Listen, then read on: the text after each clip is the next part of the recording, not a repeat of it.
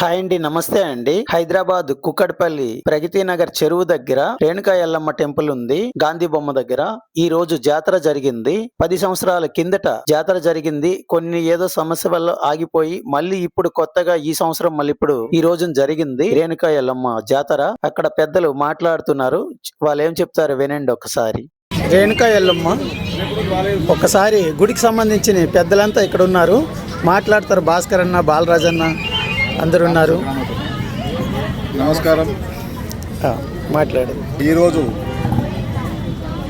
లోక జగన్మాత రేణుకా ఎల్లమ్మ తల్లి కళ్యాణం మహోత్సవం శంషిగూడ అంబేద్కర్లో నిర్మించబడిన గత 20 సంవత్సరాల నుంచి కూడా ఇక్కడ ప్రతి ఏటా ఎంతో ఉత్సవంగా గ్రామ ప్రజలందరూ ఆడపడుచులు ఇంటింటి నుంచి భక్తితో శ్రద్ధతో బోనాలు తీసుకొచ్చి అమ్మవారు సమర్పించి ఈరోజు కళ్యాణ మహోత్సవం 3 రోజుల నుంచి ఎంతో రంగరంగ వైభవంగా ఈ యొక్క ఎల్లమ్మ తల్లి ఉత్సవాలు జరుగుతూ ఉన్నాయి.